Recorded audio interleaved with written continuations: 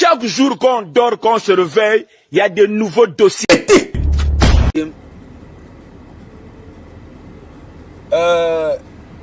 Mikpo système de le Togobe système de le nyamnya bon artiste o lo exprès alo omnyana kengbo wona alo leke no ina va avantage de kpo mule gemamo voix azé kudo envie kudo jalousie soubon le gemame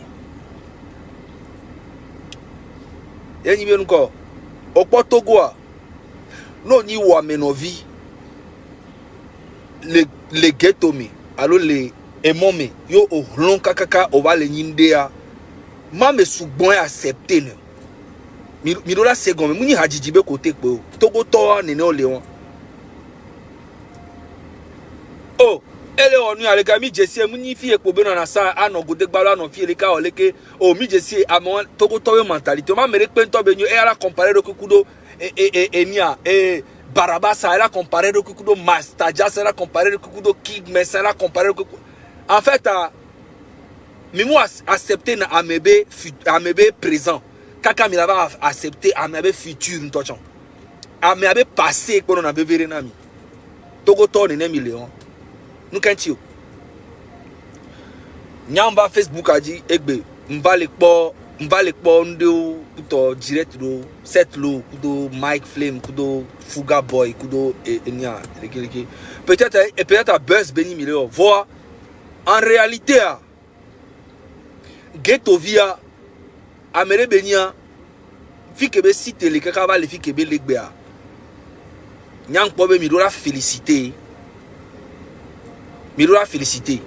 parce que eholo wa vous parce que nyanye ntom de si ghetto so ejranawe e change si nuere npo début en po ke enu kaka fi ke va le egbe a mi se me et créer be visibilité mi ola te glonya de pe voir et créer be visibilité donc nyang po be ende ka ke mi la te wa e ni be mi la soutenir e be système mais là t'es clashé si belé qu'un on a clashé ne ba ne vi que non va les ici même y a no dénigrer à mais oh be leke et les sales be leke en fait conclusion nous quand il dit bena ne point mais il dit be ne trop yebe fi que be non a 100 les gens na we la siamea oh munya hajiji oh munya ndekpe oh anu me bo na comédien oh leke ne amegbalo blogueur o va le wonua mate segomi mi se ma ne blogueur o va le wonua mate segomi voir mi anto atiso o va le wonua do mi anovi atisbo to kan automatiquement ne fan o va nani le po enya ke mi anto atiso mi le glon so mi anovi atisanta mo yi clash on lo dénigrement c'est mi le dénigrer a meelo mi le didi ebe image poto mi le didi a me personnalité a poto mi le didi ne poto parce que ne clash ya problème le clash lu et cette lo le a you joue de po okudo eni a ghetto vi ko da to be nu ojan you po mi to na be aw cette lo fi ko leon egbe a image que la siwa mba so do ko va rabaisser do clash lu mo et mpo be essayer et que est arrêté va on trop o gba to va le do nu me et présentement on touche en cette l'eau bidido potia ni bidido Amérique artiste de pe le Togo be artiste do me po si bele kem bidido au cette l'eau voir un peu petit frère oni et me soke ngbobe mu on ekpepo enu ke ti be vema enu ke ti bidia parce que nyame mu on na mbinaji o do ameo bidido a personnel parce que un fil n'a pas ngbo depuis très longtemps et associé au bemia image bemia fit voir que mi fit après demba laisser on va les glober forcer be a fit kumi voir ne bani be forcer au temps hein si le compteur les glonia muni américain muni ma me vu ama me ton pas va glonia na a me différentes personnes bidi et vem voir mbobe mo on ekpo parce que petit frère oni on l'a été erreur on l'a été on gbogbo voir Mounye gomeni be, mava na infi djebe, m'vale kope tobe ndo be na, oh, cette l'eau. Non, n'y mou on a nene. N'y a ne veut m'en pas nazirika. Bon, bref, mia jo le côté, hein. Agnabe cette l'eau, moi je n'ai rien contre toi. C'est juste que tu onde nama, et vim. N'y mou yo, et n'y mou le da yo chan. Parce qu'on touche on nyan qui n'est pas. Fifia, au Mike Flema, on a remarqué au Mike Flema, au dynamique problème de la no artiste domié au lava no wo lelo vi fembende o ano wonde o ano dibe akpo ni salira misibe esprit de nyanya nu kento be hypocrisie bende le na meno c'est mais attends Fifia Fuga Boy personnellement je suis au voir fin na onto système ou leke au développer et hadiji wa ba don bu mekuto votre na système ado de e kona nyanya personnellement nyam mbakona nous le TikTok du kuto qui fait dans les activité bref au kudo enia le konema e ghetto be problème bon nyam ko be le ni ne ko be nyu voir si me leke a mesia me patava le ghetto le kati le gobe leke en fait moi je trouve que c'est sale. Elle est sale quoi, elle est sale et ghetto via franchement miawe la porter miabe soutien et nous que nyam ko egbele Facebook dia ntane ko na be ne fanu le ko elle a dit ghetto be image poto ola no ko sibi ame sale amerique mu do ne ko amerique mu nya ne ko ele si mu nya ajiji mo chale ne blogueur o va lo nu ma se go me va mi artiste o nto million ne be nu et sonner mi ko ghetto vi e be ne pe ngbalé marché o ne de hato amola no zui ne wole kamola no wole ke ne wole keleke ebe projet ne pepe le glea ela vivina mia parce que mia artiste en to e va le wone ne benu tidi ama troba wa o ghetto vi anto gbozon ghetto orola nye benade fiko so ejiji donc activité o pa o clash o le kola no we kikan ola nyale ke anowe sinon wonto ye da ba to permettre na mola to didi étoile o anto complètement ma me rekpere da we on to la soro ko ba do mi yo la we ko propre parce que enu ke jogba on to e soro ko ba do mi o se me ghetto se concentrer a pe fan banu odi obo omo it po omo chi po problème lo ne fan o le ko be it be nyo wa se concentrer wa waji ne atrono di inspiration ko la son o la son do fan base.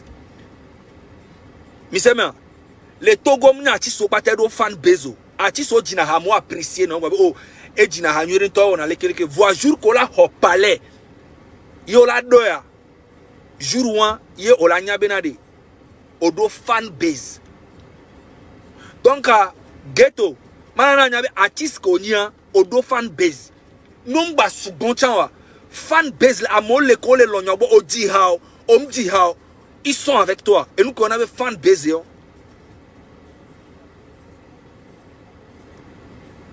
On sait bien. Donc, conseil que me non, il me concentrer à peu fan odi. Kudo e hao kolano de to odi. Le kolano we, on l'a s'améliorer. On l'a no et nous que à mon omle wala hip hop amo, on l'a te wa et no focus de nous dit quoi. N'bava nous pas no la clash wa clash ane no avantage o me clash an baba no e wondo ke la to mo di image o poto se to no possible gbe me ben ao parce que enu ka mo le jibe wa awu ka mo le ji wa so ku e kona wa enyi be o munya hajijio ye o le sale o munya ndodo o mu o le keleke tout ça on s'en fout fan o le lonyobo o te la mama o se me ghetto fan wa hôtel a mama hôtel wonde pepe a mesa metele wonde pepe fan wari réseaux sociaux wari kudo fan wari fan wo o se me nya nyento so do konye vadna cette l'eau parce qu'un fil n'a be nyagbo au fond de moi. Ye mon fit kui on va les CB et les glober me forcer be ha on vivio Donc mianto mi imaginer voir que mba le sinon m'a pas mo le relayer les pages audio le wakuto ba mi pas mba pompo parce que mpo bena erreur vous tu cuire petit frère là voir amour ba les parents ni ton ba trois ko chambena mu on neko parce que niento ye so ro ko ni so yi donc erreur wo omdura gba no weko et nous kenyan pour le Facebook die gbenya mu konya personnellement on y clash yolo donc à se ressaisir à nyaleke orano activité o mbano attaquer à mochan que et ochan c'est bien c'est olano dénigrer menene kuto ao amenye odo visibilité vire 2 jours donc à moda va no profite la sebe o le gleku voir om le gleku amenye oda ti o e quand on la fua gbada ivo o sema voilà nyoko mim non akame personnellement voir mbema to Facebook a dit ma pardon. Se concentrer do AP et d'ordi. On sait bien. Voilà. Se concentrer AP d'ordi. Et Mike Flame a 7 lots. Fuga. Muni clash yem lo na mi. Fuga pardon benyam fina nko ona. Je n'ai rien contre toi. Si tu as un problème avec nemi do problème do are. Mi baba non. C'est vrai, mi artiste oa. Mi avec clash non propre quoi. Mbano ni miano dénigramme quoi. Misema sibeleke o ni ageto vi olawabe fuga boy e wo leke e wo ji halefi e wo leke kebe hoga nu kebe so e gaso o ma nu kebe ko gaso e chana be o ya 30 000 ano o la be o veti o de o eno me agboleke o perenti on s'en fout de tout ça amenye. On s'en fout de tout ça. Ame ça me doit be vie et be difficulté et be système. Voyez mi artiste son tom il va nani les blognan mi no clash musical. Mi se me voix mi avant no dénigrer couteau mi entend m'imaginer bloquer devant leur nous maté c'est comme bon o se me voix mi entend de mi avant no ne be nous on peut elle est très sale. Elle est très sale. Mi a pas taquer le loi mais mi artiste so quelqu'un ameni amérique pentom le réussir. Kakanegbe mille holon mille wo tout possible on peut amérique même le réussir à part tout fan ameni. Pour tu quelqu'un star virtuel ou mi ye mi apata mini star virtuel ou mi do birika o amini amisa mele holon e donc ane mi anto mi agba nani agba no exposer mi abe passer o mi abe difficulté o mi abe no fan kala no moji la po la bu hein et au Mike Flame viko le vivian ancien oni o la va no direct me kudo get ovi kudo 7 lots kudo to kuto no la va no direct me kwa mo o se me o la no conseil muni o la va no clash be o la va no zu obele keleko nya matema na mpi be ba le yo get ovi be ba le zu get ovi ba le zu 7 lo ba le zu fuga boy petit frère nyoni o la te baham fan va ma na nyi be le zu a je o se me voir au Mike Flame bien maté au clash no ma zu propre parce que génération nye oni o se me voyez m'dava no blon on vibe nyare kwa clash pour belani en même temps no powe mo clash ile no la file que m'blon en privé. Je m'excuse pour ça. Nya m'vale pas na mi akeke nya benadi game moi que mi le wo like franchement mi arrêter zilka ne mi akpa encore et showbiz mi en musique mi en rap aleke bele combien rap mi a pas tel qu'on ami quoi mi a powe o m'vale jouer ni a donneur de conseil ao Nyemdatava no yo Mike, nyemdatava no yo Amérique pepe na ndava no gbonyare pepo. Va Mike ancien oni geto via petit frère oui. Ola si kwe e o le game me chan ejiji. O se me o le game me ejiji. Donc o matava no clash. Ah wow. No lo clash arrive o clash kudo nyezaga. Nyama le o ma kpala onwere. Voir de vieux petit vieux ko le game me ayi se o ya.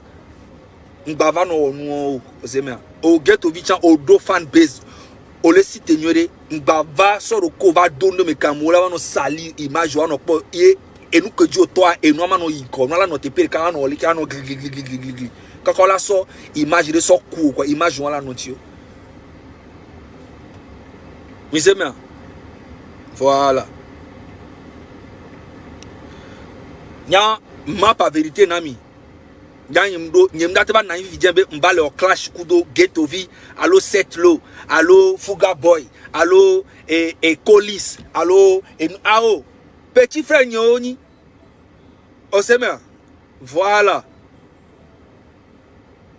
bilate enya dans la teba enya de la teba que osema maté manquer respect dans petit frère et la trop manquer respect dans couteau et la te 20 mes petit frère la manquer respect dans voix on a quoi on a avalé on a quoi amoudon nyabe image jo la bondoji osema nene nyam leon donc miaï c'est nous quoi miaï c'est nous ne mi la clash amia o clash ntoto donc kube nyamu yo set le contrat be a on c'est nous ke be lo ku ghetto bia be ebe image anele be na be image bene jagba ba hopale ba do e funuye o la pompo benade ye ni star ye do tube nya palais a elle c'est vaudou ne tant que on do palais alors on ho palais même ni on ba do e cho ho palais a ne moitié o chanre ma gbobeleki oh amenye mi ameni akeke kemi lo direct mi adometore pe mu ho palais po ye mi aso gbobena de fan o le mi asio concert gratuit o mi apata mi ona ye mi va dona ye fan o ton ami bi mi wo concert de mi ho palais mi a concert mi a fan o aba wa do e plap voilà nya mo concert le palais ku nyi to ape propre fond ni gagner ni mu do palais et verse mbe ma troba we poe donc en fait à combat on a fan base va jour qu'on la yo on est non capable nous va on va tout faire wa bon yo mi akpo be vrai au sein to o odo après à toi ici kege kuro to ai stade ganga e nous comme il dit on va le togo ameka tout fan po we kick me sa pa ame pocho keke 0 bon enia Omar Biwe papu chan do palais king boy américain sacré au chan do palais. Voilà, en fait, dans les miens dit quoi? Mianto de mianto à tiso de mianto no clash avant no de miabe gbime be nyao enyao enyako ma de o no bole ghetto villa on va glober les caméras non chale mi c'est nous quoi et nous on le donne miabe image dio amenye mi c'est nous ne me la clash à no propre ozema et puis Mike Flame daroko au niveau quoi ozema no da clash ane clash les jours va ni ko mi la clash avant clasher ma clash non on pense c'est game ameo ose même nyeko miato au clash voit oku ghetto kudo amo set logo miato au clash parce que une génération o ami ose même ya man donc un message ni kimba mama panamia soirée ayo mi se me nya enyo na be FBI enyare pe ke mi na te va pas je n'ai rien à foutre fois mianya be imianto miabe image wa et le vivre na miabe fanu. Parce que les miantons ils vont aller on nous aller mais au clash quoi clash musical à des râteaux à si que ghetto les pas bien des râteaux au chat de tout jour et voilà voir ghetto il c'est Mike Flame a une catégorie où on sait bien Mike Flame elle a fibu pas encore système ou fan base ou génération mais que mon léa présentement et on est number 1 Amérique Thomas hôtel pas bien on me dit na hobe eh Oweni number 1 présentement. Et ne peut mater tout les Togobe hip hop rap mais Oweni number 1. Osema. Voilà. Donc tout nous in connaît. Non tout in connaît. Na il c'est Mike Flame elle a hadie une catégorie où Osema. Etenibo omlo ne be nyagbo etenibe eni hypocrite etenibe nyande ko etenibe ne ko il sait elle a pareka et toi ça recouvre d'arrêt sinon mini catégorie ni Mike Flame ameboué les bena génération kudo fanu kudo nous ne akpanko objectif ou anto no la ko benade d'ici quelques années arrêt Mike Flame to la va yo benem ya ofit et la to respect so d'arrêt non o la so respect o la to so chante so ne ba funu fa on sait bien voilà donc enya mes amis, je pense que Mike veut les pousser un peu. Mike ne doit pousser le voir. Quand il va pousser à Mike ne doit qu'il pousser le voir. Tant que Mike mou palais ou au concert do palais, il n'y tombe pas. Amélie, Mike ne peut pas. Voilà. Et dans la palais là-dedans. Et mi apata mi la kpo be edo palais. Ken boye nyama pa be Mike Vivia oni président du rap game. Amenye rappeur de Yan Jesse depuis 1960. Bele di ale Togo kaka nek be mu ho palais po. Mu concert de po. Amenye concert gratuit sous le haut parrainage et me poé amenye. Mike, il sait ghetto, il sait à moi que nous le disons au clash à Nyamule. Avant il come là au clash. O se me ne ko ya me ve amu Togo to mi yo. Mi va le Togo e. O se me ouais égyptien on dit. Nyam so Niger. O gbera donc on va Jimmy le Togo e. O an to jam di le Togo. O se me ouais enia o di le Sierra Leone. Et on dit le pour le Togo. Donc mi va dire Togo de musique à me. Donc on dit là au clash américain do parcours obscur et on l'a pas encore. Il on l'a pas encore. Américain quand on le roland quand on le fait qu'on le on va pas encore. Hein? Toi tu caladi couto amené. Il c'est nous. Là c'est mon petit frère au système on a besoin. On sait bien. Et tout d'abord et les sorciers du quartier Eto. On sait bien. Aïe, n'avait soit partagé au page aujourd'hui. Parce que Haoube Bléon toi, moi vais partager. Que toi on partager au page dit au point 2000 likes. On sait bien. Et nous comme on avait show bizarre. Oui on a un dapa. On a nezo bleu so clip nion.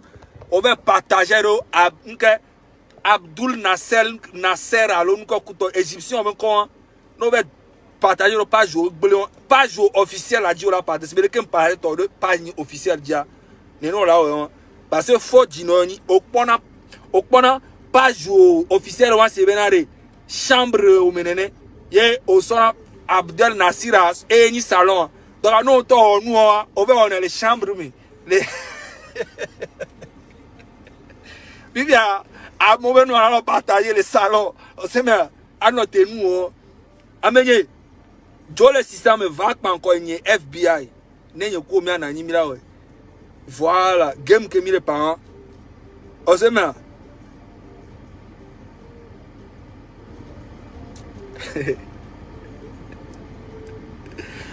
o c'est que jira pano go me alo o pone sebe nyamunyi enemi o lo on a nous si bébé nade eni a gland et les ont glinti omnyana etim panano benade non le dit là au clash à vani ko mi là au clash voyez c'est petit